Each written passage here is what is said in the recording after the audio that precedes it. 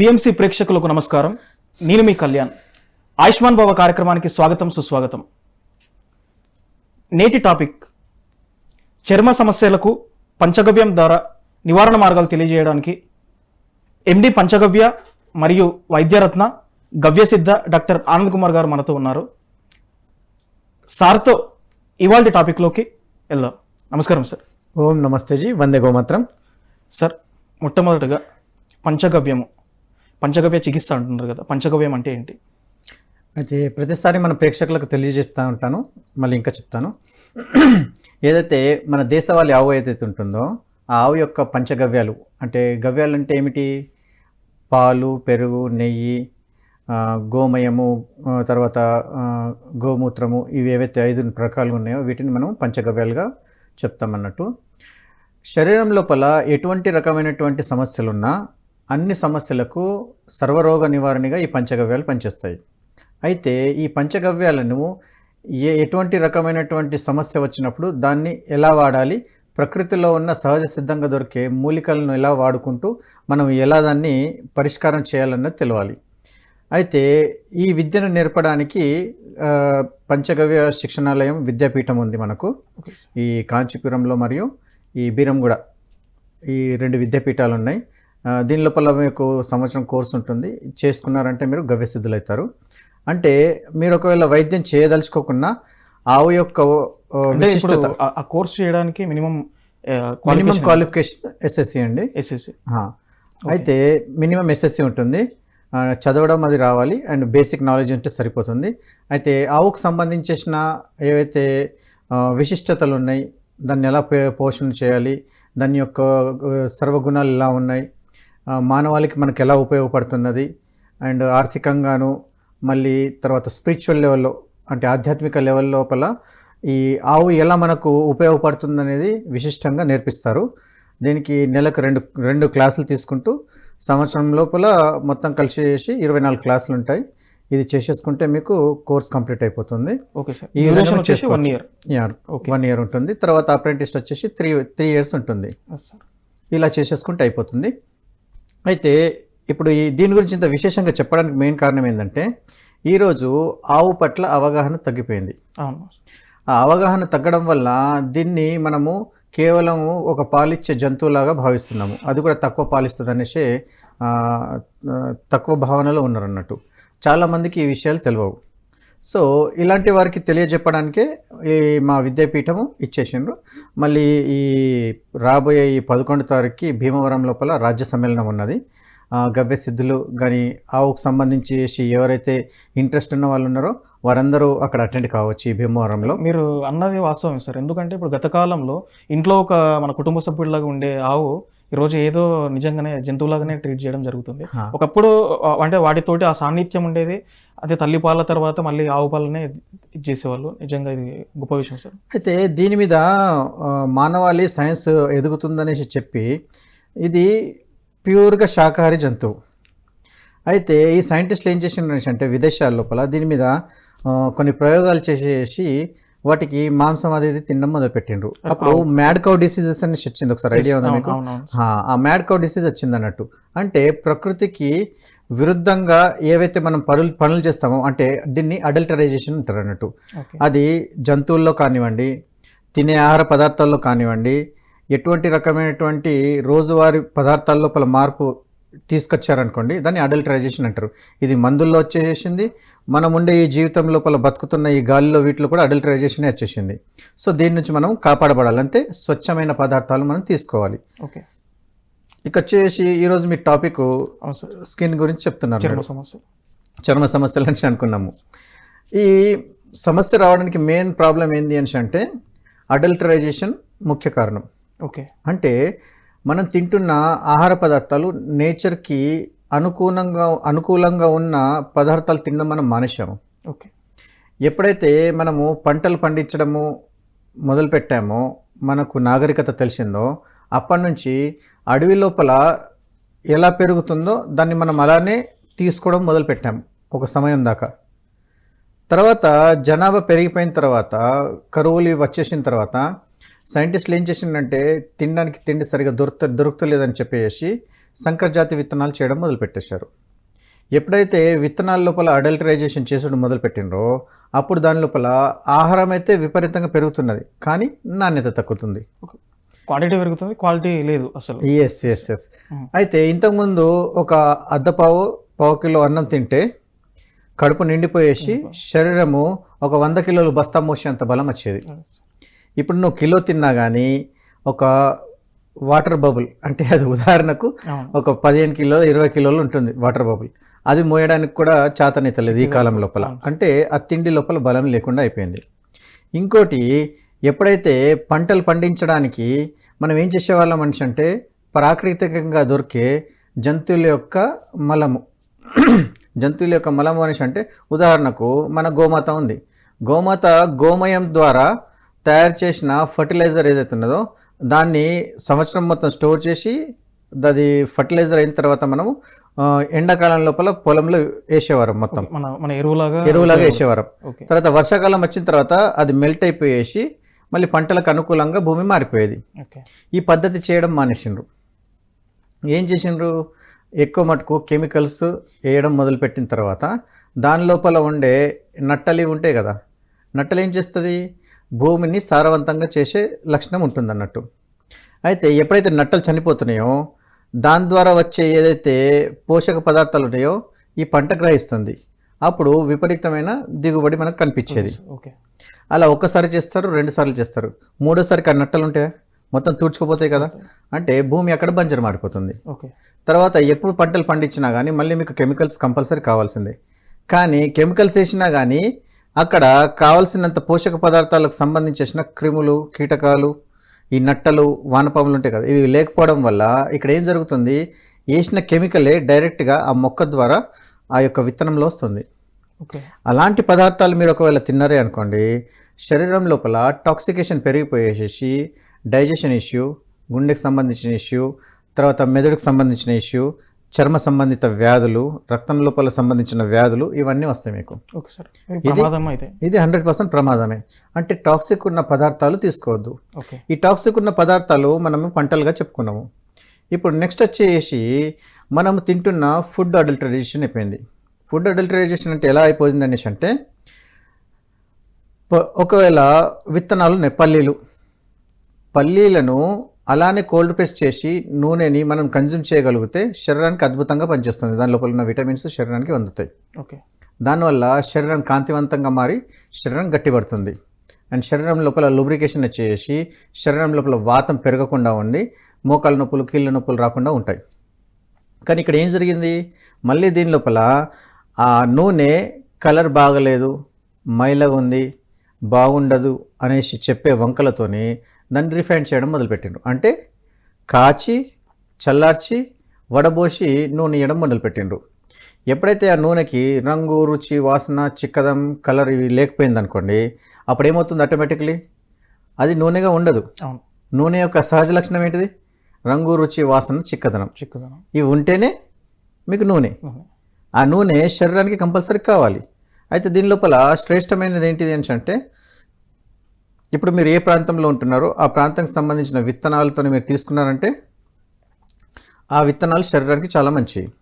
ఒక మనిషి ఎక్కడైతే నివసిస్తున్నాడో ఆ జాగ్రఫికల్ ఏరియా నుంచి తీసుకున్నా.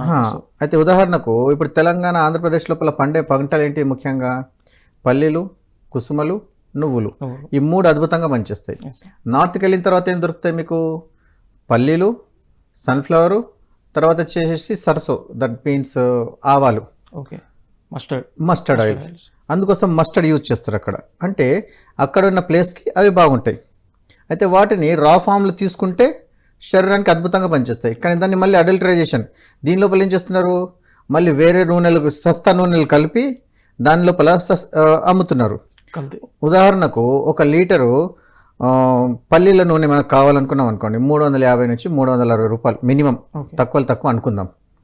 అలా అనుకున్నది ఈరోజు మార్కెట్లో వెళ్ళిపోయిన తర్వాత మీరు అదే 200 రూపాయలకు, 150 రూపాయలకు ఆ పల్లీల నూనె దొరుకుతుందని అంటే అది ఒరిజినల్ డూప్లికేటా? అంతే కదా. ఒకవేళ దానిలో 10 రూపాయలు 20 రూపాయలు తగ్గించేసినా కానీ దాని లోపల అడల్టరైజేషన్ చేసినట్టే కదా. మరి అలాంటి పదార్థాలు మీరు తీసుకున్న తర్వాత మీ డైజెషన్ సిస్టము మరియు హెయిర్ అండ్ స్కిన్ ప్రాబ్లం వచ్చేస్తుంది కదా. దాని ఎఫెక్ట్ అనేది మనం చూస్తున్నాం మనం ఇక్కడ ఖచ్చితంగా. అయితే ఇలాంటప్పుడు మనం చేయాల్సింది ఏంటంటే చైనీస్ ఫాస్ట్ ఫుడ్ ఏదైతే ఉన్నదో ఇప్పుడు ఏంటంటే ఇది ఇన్స్టెంట్గా తయారవుతుంది.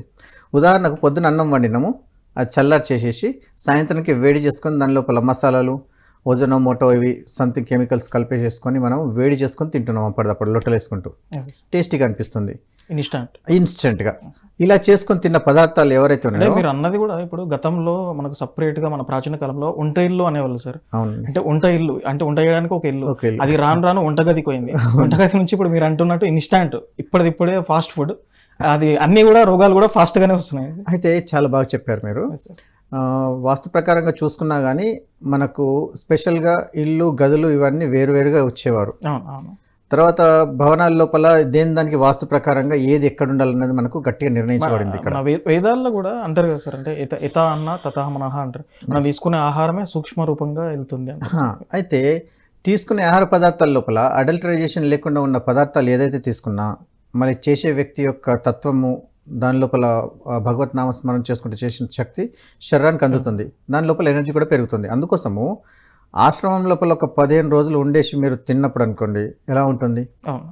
అదే రోడ్డు పక్కన ఉన్న ఆ ధాబాల్లో చూడండి, రోడ్డు పక్కన ఉన్న ఆ చైనీస్ ఫాస్ట్ ఫుడ్ స్టాల్స్లలో చూడండి, తిన్న తర్వాత మనిషి యొక్క ఆలోచన ఎలా మారిపోతుంది. అప్పటిదాకా నువ్వు ప్రశాంతంగా ఉండేటోడివి, ఆ ఫుడ్ తిన్న తర్వాత ఆటోమేటిక్లీ గంట లోపలనే నీ శరీరం లోపల అది కనెక్ట్ అవ్వడం స్టార్ట్ కాగానే నీకు తెలియకుండానే అరవడము, లేకపోతే తెరవకపోవడం, చిరగపడము, తెలియకుండానే భయపడము, ఇలాంటివన్నీ జరుగుతూ ఉంటాయి. అండ్ కొన్ని టైంలలో ఏమవుతుంది అంటే ఆ కుక్కు ఏం ఆలోచించుకుంటూ ఎలా అయితే చేస్తాడో ఆ గది లోపల అంతా హడావిడి ఉంటుంది, ఎందుకు తొందర ఇవ్వాలనేసి. ఆ హడావిడితో వండిన ఆ టెన్షను వండి పెడతాడు కదా, వీడు తింటాడు, వీడికి ఒక్కరోజు మొత్తం 24 గంటలు ఎఫెక్ట్ ఉంటుంది. అది తిన్న తర్వాత వాడు కూడా హడావిడి చేయడము, టెన్షన్ పడ్డము, ఇవే జరుగుతూ ఉంటుంది. మీకు ఏ భావనలతోటి ఆయన అయితే ఉండిండో అవన్నీ దీనిలో రైట్ సార్. అయితే ఇప్పుడు మనం చర్మ సమస్యలు అనే దాని గురించి మాట్లాడుతున్నాం కదా, ఇవన్నీ మనకు అంటే ఏ విధంగా? అయితే ఇప్పుడు మనం మాట్లాడిందంతా ఈ టాపిక్కి విరుద్ధంగా మనకు లేదు, ఇది టాపిక్లో ఇంక్లూడ్ అయిన విషయమే. ఎందుకు చెప్తున్నాము ఇవన్నీ అంటే ఎప్పుడైనా సరే శరీరము తన సమస్థితిలో ఉన్నదనుకోండి, శరీరం అనేది బ్యాలెన్స్ ఉంటుంది. ఆ బ్యాలెన్స్ తప్పింది అంటే ఫస్ట్ లక్షణం కనిపించేది స్కిన్ పైన మరియు వెంట్రుకల పైన ఫస్ట్ కనిపించడం స్టార్ట్ అవుతుంది. ఇప్పుడు శరీరం లోపల ఏ పాటు పాడైపోయినా కానీ చర్మం పైన ఉండే ఈ కళ్ళ పైన, అంటే ఉదాహరణకు లివర్ కొంచెం ప్రాబ్లం ఉంది, దాని లోపల కొంచెము కొలెస్ట్రాల్ లెవెల్స్ పెరిగిపోయినాయి లివర్లో, అలా అన్నప్పుడు ఫస్ట్ సిమ్టమ్ ఎక్కడ చూపిస్తుంది మీకు? కళ్ళ కింద. తర్వాత వచ్చేసి మీకు కిడ్నీస్లలో కరెక్ట్ లేదు అనేసి అన్నారు అనుకోండి, ఈ సైడ్లో మరి ఈ సైడ్ లోపల నల్లగా అవ్వడం స్టార్ట్ అవుతుంది. తర్వాత వచ్చేసి డైజెషన్ ఇష్యూస్ కరెక్ట్ లేవు అనేసి అన్న తర్వాత ముక్కు పైన కనిపిస్తుంది, మీకు సరౌండింగ్ చిక్స్ దగ్గర కనిపిస్తూ ఉంటాయి. లివర్ పాడైపోయిందని చెప్పాను కదా, అలా ఉన్నప్పుడు ఈ పెదవులు వాళ్ళు పుట్టినప్పుడు ఫొటోస్ ఒకవేళ చూస్తే వాళ్ళు పింకిష్ ఉంటాయి, కానీ ఒక టైం వచ్చిన తర్వాత లివర్కి సంబంధించిన సమస్యలు వచ్చినాయి అనుకోండి, పెదవులు ఆటోమేటిక్లీ నల్లగా మారడం స్టార్ట్ అయిపోతుంది. అంతర్గతంగా ఏదైతుందో అది మనకు ఇక్కడ డైజెషన్ ఇష్యూ వచ్చేసి మోషన్ కరెక్ట్ లేదు, మూత్రం కరెక్ట్ సంబంధిత లేదు. అండ్ ఈ ఇష్యూస్ అతిగా పెరిగిపోయిన తర్వాత ఇక్కడ ఏం జరుగుతుందంటే వెంట్రుకలు రాలడం స్టార్ట్ అవుతుంది, చర్మము తేజోవంతంగా ఉన్నది పాలిపోవడం స్టార్ట్ అవుతుంది. ఇదే విధంగా డైజెషన్ సరిగా కాకుండా ఉండడం వల్ల ఇక్కడ జరిగేది ఏంటిది, మళ్ళీ మాటికి స్కిన్ ర్యాషెస్ రావడము, ఇరిటేషన్ రావడము, ఇవన్నీ జరుగుతూ ఉంటాయి. ఇవి దేనివల్ల అవుతుంది అనుకుంటున్నారు? అడల్టరైజేషన్ అయిన ఫుడ్ తినడం వల్ల అండ్ శరీరం తన స్థితిలో తనంగా సమంగా లేకపోవడం వల్ల. దీని లోపల మనం చూసుకుంటా పోతే ఎన్నో విధాలుగా వస్తుంది. ఇప్పుడు మనం చేసేది ఏంటంటే, నేను చేసేది నాభి చికిత్స, తర్వాత వచ్చేసి పంచగవ్య చికిత్స అండ్ సంవహన క్రియ అంటే కైరోపాట్రిక్ అడ్జస్ట్మెంట్స్. ఇది శరీరాన్ని 3 స్థితులలో మనం కరెక్ట్గా ఉంచగలిగినాం అనుకోండి, శరీరంలో ఎటువంటి రకమైనటువంటి రోగాలు రావు. ఈరోజు మనం మాట్లాడుకుంటున్న చర్మ సమస్యలు ఎలా ఉన్నాయని అంటే శరీరానికి లూబ్రికేషన్ కావాలి. శరీరానికి లూబ్రికేషన్ కావాలి అని అంటే తినే ఆహార పదార్థాల లోపల మీకు జిగుడుతనం ఉండాలి, అది లేకపోవడము. అయితే చర్మం యొక్క హ్యూజ్ పని ఏంటిది మన శరీరానికి? శరీరంలో అతిపెద్ద భాగం ఏంటిది ఎస్ సార్. అంటే ఫస్ట్ చర్మం. శరీరం లోపల ఉన్న పెద్ద భాగం ఇంకోటి ఏంటిది, రెండవది ఏంటి అంటే లివర్. ఈ రెండు పార్ట్స్ పెద్దవి. ఇంద్రియాల్లో పెద్దది చర్మం. ఇంద్రియాలలో ఎస్ సార్. చర్మము పెద్దది. ఒకవేళ ఇన్నర్ లెవెల్లోకి వెళ్ళిపోయిందంటే లివర్ పెద్దది. Yes okay. సో ఇవి పెద్దగా ఉంటాయి అన్నట్టు ఏ పార్ట్స్తో మనం పోల్చుకొని చూసినా. అయితే శరీరాన్ని ఒక ఆకృతి, ఒక ఆకర్షణీయంగా కనిపించడానికి చర్మం అద్భుతమైన రోల్ ఇక్కడ చూపిస్తుంది మనకు. ఓకే. ఒక మనిషిని ఈ భూమి మీద మనం గుర్తుపట్టాలి అని అంటే అతని మొహం చూసి, అతని కలర్ చూసి మనం గుర్తుపడతాం. దానికి ముఖ్యంగా ఉపయోగపడేది ఏంది? మన చర్మమే. అయితే చర్మం కలరు ఏ దేశంలో ఎక్కడ ఎలా ఉందో దాన్ని బట్టి వాడు ఏ దేశము ఏ ప్రాంతానికి చెందినవాడు కూడా మనం చెప్పచ్చు. ఎందుకు? ఎక్కడెక్కడైతే ఎన్వైరన్మెంట్ ఏ రకంగా ఇప్పుడు మీరు అన్నారు కదా సార్, రైట్. అంటే ఇప్పుడు నార్త్ ఇండియన్స్ ఒకలాగా ఉంటారు, సౌత్ ఇండియన్స్ ఒకలాగా ఉంటారు, పాశ్చాత్య దేశస్తులు ఒకలాగా ఉంటారు, మన సైడ్ ఈస్టర్న్ కంట్రీస్ వాళ్ళకు ఉంటారు ఒకలాగా ఉంటారు. వాళ్ళకు ఉండే స్కిన్ గుణం కానీ, వాళ్ళకు ఉండే కలర్ కానీ, ఇవన్నీ దీని గురించి. ఇది చాలా చక్కటి ప్రశ్న ఇచ్చారు మీరు. ఇక్కడ చాలామందికి డౌట్ వస్తూ ఉంటుంది, మేము భారతీయులు ఏంది ఇలా చామన్ ఉన్నాం, మళ్ళీ నార్త్ సైడ్ పోతే కలర్ ఎందుకు ఇలా ఉంది, తర్వాత అమెరికన్స్ ఇలా ఎందుకు కలర్లో ఉన్నారు అనేసి. అంటే ప్రకృతిని బట్టి స్కిన్ టోన్ మారుతూ ఉంటుంది. ఇప్పుడు సౌత్ నుంచి మధ్యలో దాకా వెళ్ళారనుకోండి, ఇది మన కర్కటాంశం పైన మన భారతదేశం ఉంది. సో ఇక్కడ మనకు సమశీతోష్ణ స్థితి ఉంటుంది. అధికంగా వేడి ఉండదు, అధికంగా చలి ఉండదు. బాడీని అది వాతావరణం ఇక్కడ బ్యాలెన్స్గా ఉంటుంది. ఋతువులు 4 నెలల చొప్పున 3 ఋతువులు ఉంటాయి. ఓకే. ఎండాకాలం, వర్షాకాలం, చలికాలం. దాన్ని బట్టి మన శరీర తత్వం అనేది మారుతూ ఉంటుంది, బ్యాలెన్స్ చేసుకుంటూ ఉంటుంది. ఇక్కడ వచ్చేసి అధికంగా వేడిగా ఉన్న ప్లేస్లలో అక్కడ ఉన్న వాళ్ళు నల్లగా ఉంటారు. అంటే సూర్యుని యొక్క వెలుతురు వల్ల పిగ్మెంటేషన్ తొందరగా యాక్టివ్ అయిపోయి ఇదవుతుంది. అండ్ ఇలాంటి వ్యక్తుల యొక్క చర్మము ఎప్పుడు గ్రీజీగా ఉంటుంది, అంటే బాగా ఆయిలీగా ఉంటుంది. ఓకే. అంటే పిగ్మెంటేషన్ వచ్చిన వాళ్ళు సహజంగానే అక్కడ గుణం అన్నట్టు. ఉదాహరణకు ఆఫ్రికన్ ప్రాంతాల లోపల ఎండ ఎక్కువ, అక్కడ ప్రాంతం వేడిగా ఉంటుంది. అంటే ఈజిప్టు, ఆఫ్రికా ఈ ప్రాంతాలు, కాంగో ఇటు సైడ్ అంతా ఎలా ఉంటారు? నల్లగా ఉంటారు. కారణం ఏంటిది? అక్కడున్న హీటు, భూమధ్య రేఖకు దగ్గర అట్లా. తర్వాత వచ్చేసి మన భారతదేశం ఇక్కడ ఏంది, చామంచాయగా గోధుమ వర్ణంలో ఉంటారు. అంటే ఇక్కడ ఉష్ణము, చలి అండ్ ఈ యొక్క వేడి తత్వము, ఈ వర్షాకాలం సమకాలీన వర్షాలు ఏదైతే ఈ మూడు ఋతువులకు సంబంధించిన ఈ ప్రకృతి యొక్క ఫీల్ ఉంది చూసారా, ఆ చర్మం పైన పడుతుంది అన్నట్టు. అందువల్ల ఇక్కడ కలరు మొత్తము వైట్గా ఉండదు, మొత్తం నల్లగా ఉండడు, మధ్యస్థంగా ఉంటుంది. తర్వాత వచ్చి నార్త్ సైడ్కు గుట్టల కట్ సైడ్ వెళ్ళిపోయాం అనుకోండి, అక్కడ చలి ఎక్కువ ఉంటుంది. హిమాలయాల దగ్గర, హిమాలయాల కట్ సైడ్ అలాంటి వాళ్ళు అక్కడ కొంచెం తెలుపుగా ఉంటారు. అతిగా చల్లగా ఉన్న ప్రదేశాలు ఏవైతే ఉన్నాయో, అంటార్కిటికా ఇటు సైడ్ ఉన్న వాళ్ళు ఎవరైతే ఉన్నారో అక్కడ ఎండనే రాదు. ఉదాహరణకు ఐర్లాండ్ ఉన్నది, అక్కడ ఈడ్చి కొట్టినంటే 2 గంటలు సూర్యుడు కనిపిస్తాడు, లేకపోతే 4 గంటలు సూర్యుడు కనిపిస్తాడు, మళ్ళీ మిగతాదంతా చీకటే. నీకు అక్కడ ఎక్కువ మటుకు సూర్యుడు కనిపించాడు. అలాంటి ప్లేస్లలో స్కిన్ అంటే ఎలా ఉంటుంది అనుకుంటున్నారు? మనకి ఇక్కడ పుట్టిన పిల్లోడు ఎంతైతే కడుపులకి చెల్తే ఎట్లయితే వైట్గా కనిపిస్తారో అలా కలర్ ఉంటుంది వారిది. అలా వైట్ ఉన్నంత మాత్రాన అతనికి స్కిన్ డిసీజ్ రావనేసి కాదు, వారికి ఇంకెక్కువ వస్తాయి. అంటే ఈ భౌగోళిక పరిస్థితులన్నీ కూడా ఎఫెక్ట్ చూపిస్తుంది స్కిన్ పైన. అలాంటప్పుడు మన పిగ్మెంటేషన్ హెచ్చు తగ్గులు అనేది జరుగుతుంది. నువ్వు ఇక్కడ నుంచి అక్కడ ప్లేస్కి వెళ్ళిపోయినావు అనుకో, నీకు కావాల్సినంత డి విటమిన్ అందదు. మన డి విటమిన్ కరెక్ట్ పద్ధతుల్లో ఉంది కాబట్టి మన శరీరము గోధుమ వర్ణంలో ఉన్నది. సార్, మనం చర్మ సమస్యలో భాగంగా అంటే జాగ్రఫికల్ కండిషన్స్ బట్టి ఒక్కొక్క స్కిన్ యొక్క రంగు అనేది మారుతూ ఉంటుందని మీరు చెప్తా ఉన్నారు. అయితే మనకు ఈ షిబ్బెం అంటారు కదా సార్, పిగ్మెంటేషన్ అంటున్నారు, దానికి మన పంచగవ్యం ద్వారా ఏ విధంగా నివారణ మార్గాలు ఉంటాయి? ఫస్ట్ ఆఫ్ ఆల్ అయితే శరీరం లోపల చర్మ సమస్యలు రావడానికి ముఖ్య కారణం ఏందో ఫస్ట్ తెలుసుకుందాము. తర్వాత మీరు చెప్పినట్టుగా ఈ మంగు మచ్చలని అంటాము. ఎలా దీన్ని నలుపు ఉంటుంది, తెలుపు ఉంటుంది. ఓకేనా అండి? వీటిని మనం ఎలా చేయాలనేది చెప్తాము. అయితే ఫస్ట్ ఏ రోగమైనా రావడానికి మెయిన్ కారణం ఏంటంటే దినచర్య. మనం తినే ఆహార పదార్థాల లోపల మార్పులు, ఇవి రావడం వల్లనే మెయిన్ ప్రాబ్లం ఉంటుంది.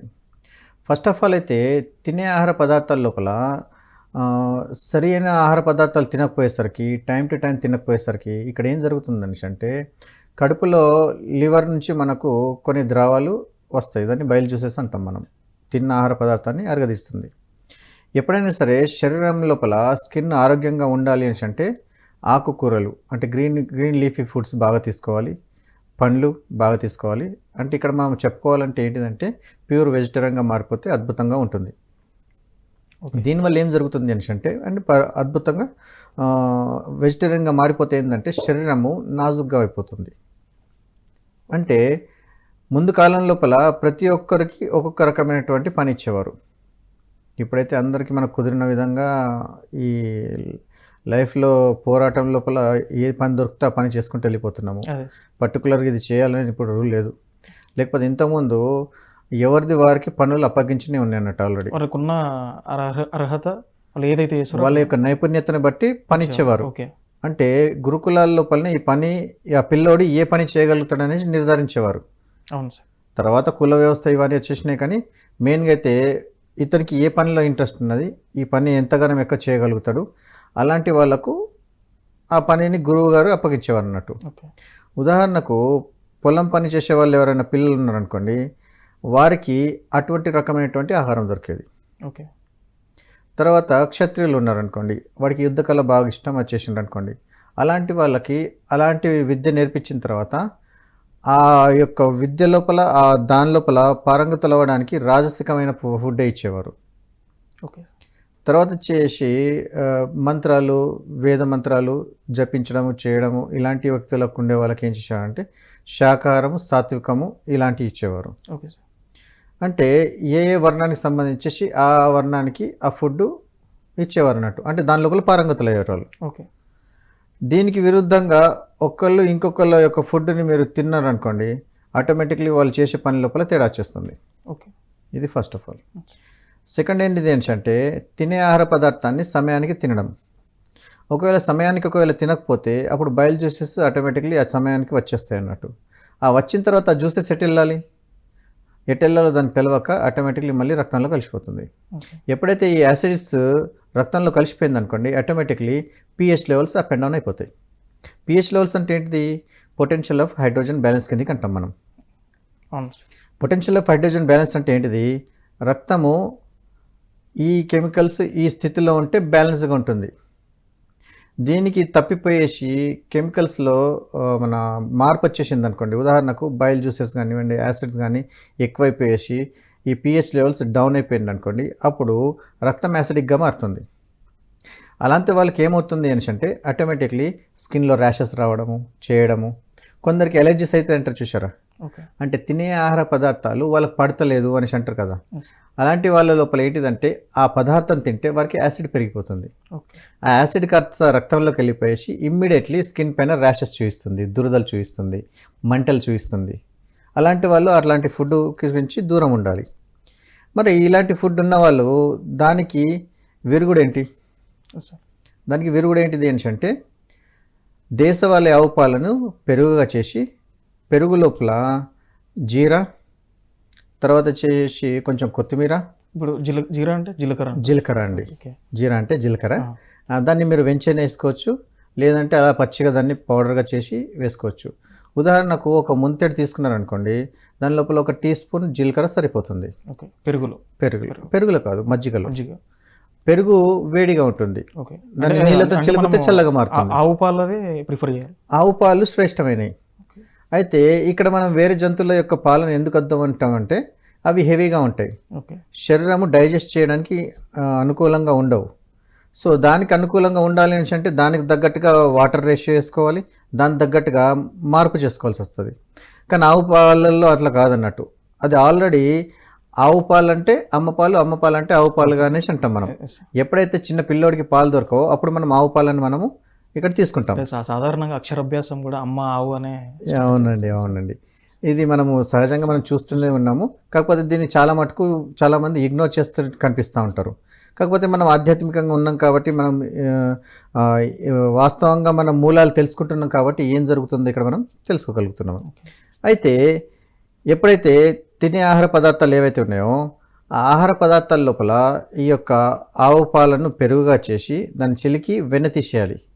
ఆ మిగిలిన పాల యొక్క మజ్జిగ ఏదైతే ఉందో చూసారో పెరుగుది, దాని లోపల జీరా, కొంచెము ఆకుపచ్చగా ఉన్న కొత్తిమీర దానిలో కలుపుకొని, ఒకవేళ కుదిరితే ఒక ముక్క అల్లం, ఇది వేసుకొని రోజు పొద్దున తాగడం మొదలుపెట్టినా కానీ ఎటువంటి రకమైనటువంటి స్కిన్ డిసీజెస్ ఉన్నా, ఎలర్జీస్ ఉన్నా కానీ వెళ్ళిపోతాయి. ఓకే, అంటే పరిగడుపున తీసుకోవాలి. పరిగడుపున తీసుకుంటే అద్భుతంగా పనిచేస్తుంది. పొద్దున సమయంలో తీసుకోవాలి. అండ్ దీని లోపల సేందవ లవణము లేదు అనేసి అంటే డైజెషన్ ఇష్యూస్ బాగా ఉన్నవారు నల్లుప్పు వాడచ్చు. ఓకే, ఇది ఒక రెమెడీ. తర్వాత వచ్చేసి శరీరం లోపల చాలామందికి బ్లాక్గా బొంగు వస్తూ ఉంటుంది చెంపల పైన. ఇలాంటి వ్యక్తులకు చేయాల్సింది ఏంటి అంటే, ఇది దేనివల్ల అవుతుందంటే అధికంగా మానసికంగా ఒత్తిడి రావడము, తర్వాత స్కిన్లోకి డర్ట్ కరెక్ట్ వెళ్ళకుండా అక్కడ ఆగిపోవడము. అలా ఆగిపోయినప్పుడు అక్కడ పిగ్మెంట్స్ ఎండకు తొందరగా రియాక్ట్ అయిపోయేసి నల్లగా మారిపోతుంది. చాలా మందికి ఇక్కడ చెంపలలో ఇలా వస్తూ ఉంటుంది, ఎక్కువ కనిపిస్తుంటుంది. ఇది ఆడవాళ్ళు ఎక్కువ కనిపిస్తూ ఉంటుంది, ఎందుకంటే అక్కడ ఉన్న పిగ్మెంట్స్ తొందరగా యాక్టివేట్ అయిపోతూ ఉంటాయి. మరి ఇలాంటి వాళ్ళకు అలోపతిలో చాలా మటుకు కెమికల్స్తో యూజ్ చేసిన యాసిడ్స్ ఉన్నాయి, అలా పెట్టేస్తే అది కాలబెట్టేస్తుంది. రోజువారీగా పెట్టుకునే ఈ క్రీమ్స్ ఉన్నాయి కదా, వాటిలలో కూడా ఆ కెమికల్ ఉంటుంది కాబట్టి ఏం చేస్తుంది అంటే మీద పొరను తీసేస్తూ ఉంటుంది ప్రతిరోజు. అందుకోసం వైట్ అవుతున్నాం అని అనుకుంటారు. కానీ అలా కెమికల్ పెట్టుకున్న తర్వాత మళ్ళీ ఎండకి వెళ్తే మళ్ళీ ఇంకెక్కువ రియాక్ట్ అవుతుంది. సో కెమికల్స్ జోలికి లేదనేసి నేను చెప్తాను. అయితే సహజంగా మీకు లాక్టిక్ యాసిడ్ యూజ్ చేయాలి ఇది క్లీన్ చేసుకోవాలంటే. మరి లాక్టిక్ యాసిడ్ సహజంగా మనకు అద్భుతంగా దొరికే పదార్థం ఒకటి ఉన్నది. ఏంటిది అని అంటే దేశవాళీ ఆవు పాలు. ఆవు పాలల్లో లాక్టోజన్ ఉంటుంది. లాక్టోజన్ ఏం చేస్తుందంటే ఈ యొక్క నల్ల బొంగు ఏదైతే ఉందో దాన్ని తీసేస్తుంది. మరి దీన్ని ఎలా వాడాలి? అయితే దీనికి ఒక చిన్న ప్యాక్ చేసుకుందాం మనం. ఫస్ట్ ఏం చేయాలని అంటే బౌల్ లోపల శనగపిండి తీసుకోండి, దాని లోపల కొంచెం పసుపు, దాని లోపల కుదిరినంటే అంటే చిటికెడు లేదా 2 చిటికెలు పసుపు, ఒక స్పూన్కి ఇక రేషియో చెప్తున్నాను. ఇక ఒక స్పూను శనగపిండి, 2 చిటికెలు లేదా 3 చిటికెలు పసుపు, తర్వాత వచ్చేసి దీని లోపల చిక్కదనానికి తగ్గట్టుగా పచ్చిపాలు. ఏది దేశవాళీ ఆవు పాలు, పచ్చిపాలు ఉండాలి. ఇక్కడ మనం పాలు అంటే ఆవు పాలే అనేసి అనుకోవాలి మనం ఎప్పుడైనా సరే. మళ్ళీ దీని లోపల కొంతమందికి ఇరిటేషన్, ర్యాషెస్ వచ్చినట్టు అనిపిస్తుంది కదా, అలాంటి వాళ్ళు ఏం చేసుకోవచ్చు, దీని లోపల రోజ్ వాటర్ కానీ లేకపోతే రోజ్ పెటల్స్ ఉంటాయి కదా, వాటిని బాగా నుజ్జుగా చేసుకొని లోపలేసేసుకొని కలిపేసేసి అప్లికేషన్ ఇవ్వాలి ఫేస్ మొత్తం. ఇక్కడ ఉన్న దాని మీద ఎక్కువగా ఫోకస్ చేయాలి. అలా ఉంచేసి 20-25 నిమిషాలు 30 నిమిషాలు చేసేయాలి. అట్లా రోజు వన్ డే దాటి తీసుకోవచ్చు, లేదా 2 రోజులకు ఒకసారి పెట్టుకోవచ్చు. అలా చేయడం వల్ల ఏంటిదంటే ఒక 100 రోజుల లోపల ఇదంతా వెళ్ళిపోతుంది. మీకు కలర్, ఈ నల్ల బొంగ అంటాం కదా, ఇది వెళ్ళిపోతుంది. అయినా కానీ కొంతమందికి మన ఇప్పుడు నల్ల మచ్చలైనా తెల్ల మంగు. అయితే ఇక్కడ ఏం జరుగుతుందంటే నల్ల మంగు లోపల స్కిన్ ఉంటుంది కదా, ఇలా లేయర్ ఉంటుంది. లేయర్ లోపల ఇలా వచ్చేసి నీకు పిగ్మెంట్స్ ఉంటాయి అన్నట్టు, ఇవి డార్క్గా మారిపోతాయి. అయితే ఈ లేయర్ దాటేసి వెళ్ళిపోవాలి. అయితే మన స్కిన్ పీకలేం కదా. లేదండి, తెల్ల మంగుది వేరు. తెల్ల మంగుది అసలు దానికి అసలు పొంతనే లేదు అక్కడ మీకు.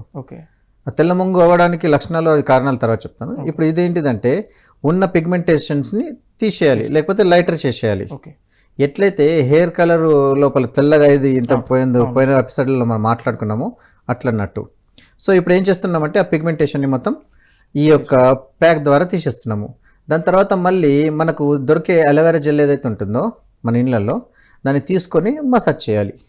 మసాజ్ చేసి మళ్ళీ చల్లటి నీళ్ళతో కడిగేసుకొని మళ్ళీ అలా మామూలుగా వదిలేసేయాలి. అలా చేయడం వల్ల ఈ పిగ్మెంటేషన్ సమస్య అనేది ఈజీగా తీరిపోతుంది.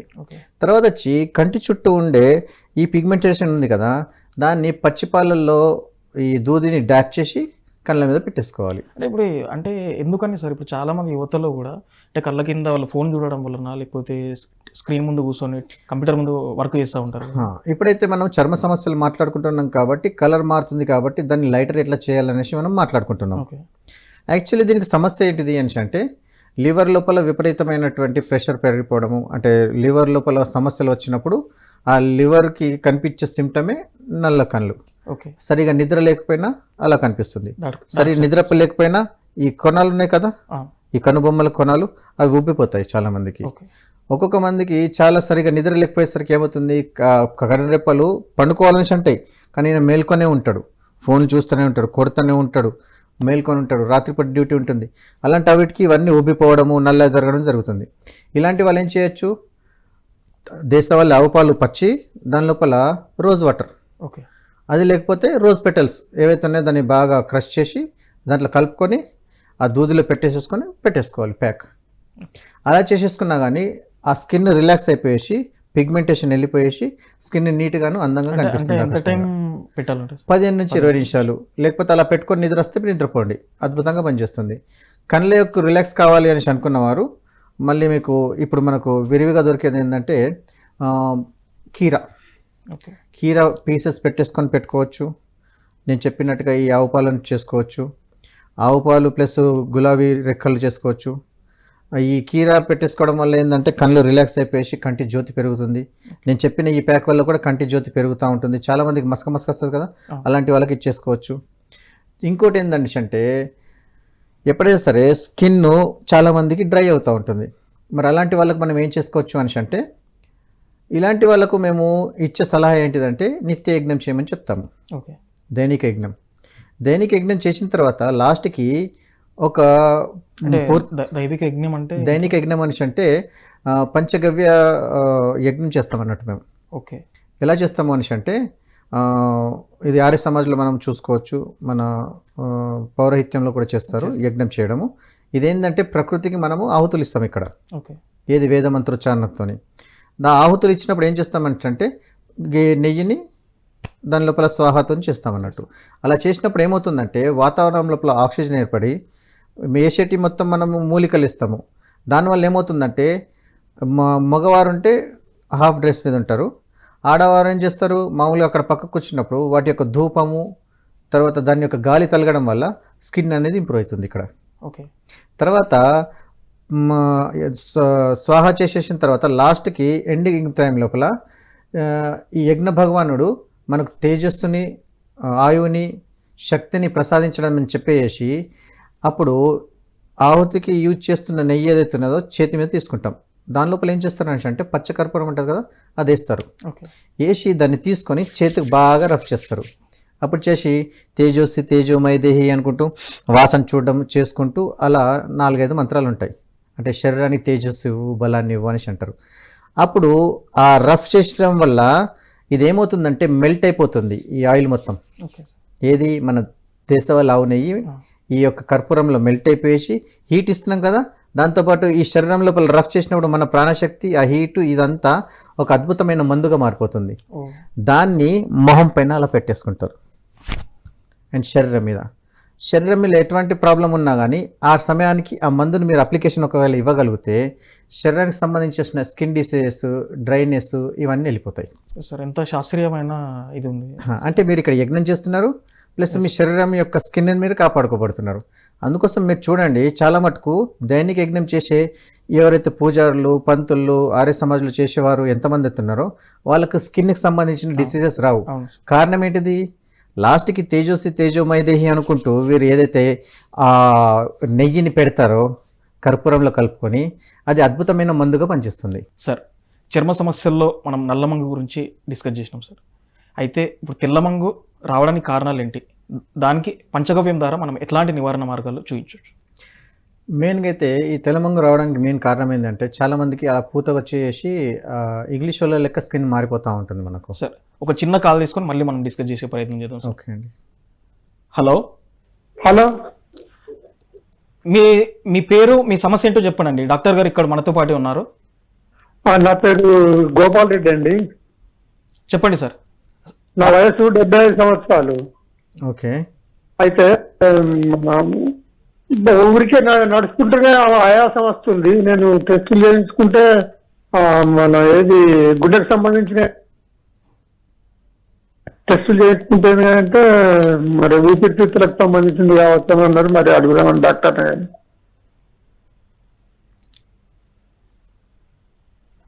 చెప్పండి సార్. ఓకే, గోపాలకృష్ణ గారు. అది గోపాల్ రెడ్డి గారు. గోపాల్ రెడ్డి గారు చెప్పండి. అదేనండి, ఊపిరితిత్తులకు సంబంధించి నాకు ఆయాసం ఎక్కువ వస్తుంది, దానికి గురించి ఏదైనా చెప్తారా అని. దానికి మీరు చేయాల్సింది ఏంది అనేసి అంటే దేశవాళీ ఆవు నెయ్యి ఏదైతే ఉన్నదో దాన్ని రోజు దీపంగా పెట్టుకోవడము, తర్వాత కుదిరినంటే రోజు దైనిక యజ్ఞం పొద్దున సాయంత్రం చేయండి. నెయ్యి యొక్క ఆయాసం ప్రాణాయామం ప్రాణాయామం యోగా అయితే మీరు ఖచ్చితంగా చేయాల్సిందే. దాంతో ప్రాణాయామం చేస్తున్నా సార్. సార్ వినండి స్పైరోమీటర్ వాడుతున్నా, కరెక్టేనా? వినండి సార్, ఫస్ట్ అయితే మీరు చేయాల్సింది ఏంటంటే రెగ్యులర్గా చేసే దినచర్య ఏదైతే ఉన్నదో అది కంటిన్యూ చేయండి. దాంతోపాటు మీ జీవితం లోపల దైనిక యజ్ఞం మార్నింగ్ అండ్ ఈవినింగ్ ఆహుతులు వేయడం చేయండి. ఒక 5 నుంచి 10 ఆహుతులన్నా చేయడం చేసుకోండి. అలా చేయడం వల్ల ఏమవుతుందంటే ఆహుతుల ద్వారా ఈ మూలికలు ఆహుతుల ద్వారా మీ యొక్క ఊపిరితిత్తులకు కావాల్సినంత బలం మీకు అందుతుంది. తర్వాత వచ్చేసి తినే ఆహార పదార్థాల లోపల మీరు ఈ యొక్క వాతాన్ని పెంచే ఆహార పదార్థాలు తినకూడదు. ఉదాహరణకు ఏమి తినకూడదు అనేసి అంటే ఇవి హెవీగా ఉంటాయి. పులుపు తీసుకోవద్దు. పులుపు లోపల చింతపండు, వంకాయ, తర్వాత వచ్చేసి ఆలుగడ్డ, మళ్ళీ శామగడ్డ, ఇలాంటి పదార్థాలు మీరు తీసుకోవద్దు, ఇవి హెవీగా ఉంటాయి. అండ్ దీంతోపాటు ఏవైతే మనము అంటే అందరికి కలిసి చెప్తున్నాను ఇక్కడ మీకు, మీ ఒక్కరికి కాకుండా, మాంసాహారము, సిగరెట్టు, గుట్కా లాంటి ఈ హెవీ పదార్థాలు కూడా మీరు ఇక్కడ తీసుకోవద్దు. మామూలుగా దినచర్య లోపల మనం ఇప్పుడు రెగ్యులర్ బేస్లో మనం ఈ ఎపిసోడ్లలో మనం ఏవైతే చెప్పుకుంటున్నామో ప్రొద్దున లేవడము, మధ్యాహ్నం భోజనము అండ్ సాయంత్రం తర్వాత భోజనం ఆపేసేయండి. అండ్ సమయానికి నిద్రపోవడం చేయండి. ఇలా చేయడం వల్ల మీరు అనుకున్న ఏదైతే ఆరోగ్యం ఉన్నదో మీకు సిద్ధిస్తున్నది. ఇంకోటి, ఇంత ఆయాసం రావడానికి మెయిన్ కారణం ఏంటంటే బాడీ పాస్చర్ మీకు కరెక్ట్ లేకపోవడము. ఎందుకంటే మీరు వంగి కూర్చుంటారు కాబట్టి అది ఏమవుతుందంటే ఈ యొక్క ఊపిరితిత్తుల మీద ప్రెషర్ పడిపోయి మీకు గాలి పీల్చుకోవడానికి వస్తలేదు. ఇంకా మీకు ఏమైనా డౌట్లు ఉండేనంటే పర్సనల్గా నా ఫోన్కి కాల్ చేసి ఒకవేళ కుదిరినంటే అపాయింట్మెంట్ తీసుకొని మీరు మాకు కలవచ్చండి. నమస్తే. రైట్ అండి, డాక్టర్ గారు చెప్పిన సలహాలు సూచనలు పాటించండి. ఇంకా మీ వ్యక్తిగత సమస్యలు ఏమైనా ఉంటే స్క్రీన్ పైన కనిపిస్తున్న నంబర్కి కాల్ చేయండి. డాక్టర్ గారిని వ్యక్తిగతంగా సంప్రదించి మీ సమస్యలకు పరిష్కార మార్గాలు తెలుసుకోండి. రైట్ సార్, అయితే మనము తెల్లమంగు గురించి మాట్లాడుతున్నాం. అయితే తెల్లమంగు రావడానికి ముఖ్య కారణం ఏంటిది అని అంటే ఇక్కడ 2 రకాల తెల్లమంగులు ఉంటాయి. ఒకటి వచ్చేసి స్కిన్ పైన పూతగా వచ్చేసిన తెల్లమంగుకి ఏం చేస్తారంటే ఈ కెమికల్ ద్వారా కానీ లేకపోతే గోమూత్రం ద్వారా కానీ పసుపు ఇట్లా కలిపేసి పెడితే వెళ్ళిపోతుంది. ఇంకో తెల్లమంగు ఎలా ఉంటుంది అంటే పూతగా వచ్చేసి స్కిన్ లోపలికి పిగ్మెంటేషన్ మొత్తం ఎగిరిపోతూ ఉంటుంది. ఇది మెయిన్ రావడానికి కారణం ఏంటంటే రాంగ్ ఫుడ్ తినడం. రాంగ్ ఫుడ్ తినడం అంటే ఎట్లా? పాలు, ఉప్పు, రాంగ్ ఫుడ్. ఓకే, పాలు అంటే కాంబినేషన్ అంటారు సార్? కాంబినేషన్. ఓకే, ఈ కాంబినేషన్లో తీసుకున్నారనుకోండి శరీరం 100% పాడైపోతుంది. ఉదాహరణకు ఇలా రావడానికి ముఖ్య కారణం ఉన్న వాళ్ళు ఏంటిదంటే భోజనం చేసిన వెంటనే ఛాయ్ తాగుతారు, ఛాయ్ తాగితే బాగుంటుంది అనేసి. అలాంటి వాళ్ళకు ఫ్యూచర్ లోపల ఈ యొక్క స్కిన్కి సంబంధించిన డిసీజెస్, గుండెకి సంబంధించిన డిసీజెస్, తర్వాత డైజెషన్కి సంబంధించిన డిసీజెస్ ఈజీగా వస్తాయి అన్నట్టు. ఇలాంటి వాళ్ళు కొంతమంది ఏం చేస్తారంటే చేపలు తిని పాలు తాగుతారు, చేపలతోని పెరుగు తీసుకుంటారు. ఇలా తీసుకోవడం వల్ల కాంబినేషన్తో కూడా స్కిన్ డిసీజెస్ వస్తాయి. ఓకే, ఈ విరుద్ధమైన కాంబినేషన్ ఉండొద్దు. విరుద్ధమైన కాంబినేషన్ ఉండకూడదు. ఇలా మీరు తీసుకున్నారనుకోండి శరీరం అనేది పాడైపోతుంది. మళ్ళీ పాలు పనికిరాదు, పాలక్ పెరుగు పనికిరాదు, చికెన్ పెరుగు పనికిరాదు. ఇలా కాంబినేషన్స్ డెడ్లీ కాంబినేషన్స్ అన్నట్టు.